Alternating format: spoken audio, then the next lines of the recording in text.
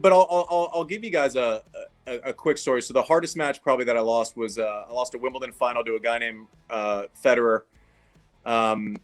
16-14 in the fifth one time, and it was like my overall dream, like my life's dream was to win Wimbledon, and close, like really close, like a lot. And it's weird. It's like you're devastated. I'm in the locker room, like crying. I'm a grown man. I'm crying my eyes out after the match. And a lot of times Tim was kind of in those rooms afterwards. But you're kind of dealing with it, and it's like, gosh, I don't know if I'm going to get there. This might not happen. And then you come across a friend that goes, so what if it doesn't happen? You were there. You were in the arena. Like you start putting together the pieces. You got cheered for at Wimbledon. That's amazing. You made lifelong friendships with teammates. But the craziest thing was that match. Before that match, I was known.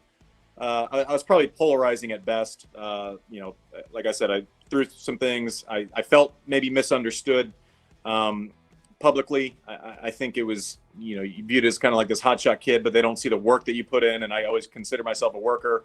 After that match, my relationship with the general sporting public was the biggest gift of all time. So from something negative came something amazingly positive. And from that day forward, for the end of my career, I think people understood me a little bit better. Maybe they saw emotion that they hadn't seen before, how you deal with defeat in my worst moments publicly. All I wanted to do was break down at center court at Wimbledon. And I'm like, just hold it together, speak honestly. And so people kind of gravitated towards that. So from the worst moment ever, I still get someone, once every 3 days that will come up and have a conversation about it.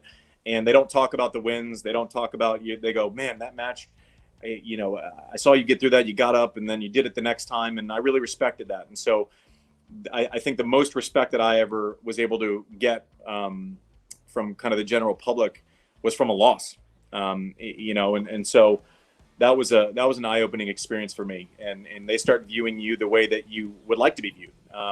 And it wasn't because of the success. Had I won Wimbledon, I don't know if I would have ever had that relationship. Maybe maybe it would have gone the other way even more. So there is value in disappointment sometimes, but that was my toughest match. But to this day, it's probably the thing the one that I've also drawn the most positives out of.